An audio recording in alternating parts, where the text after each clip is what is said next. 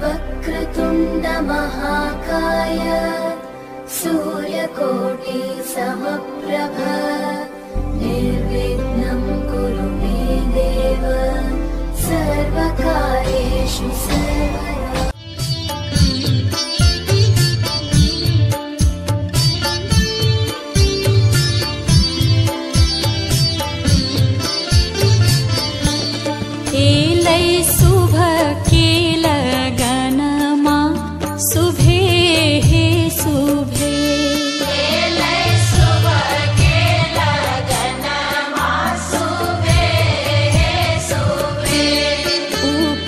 देवलोक शोभे नीचा पितर लोक शोभे।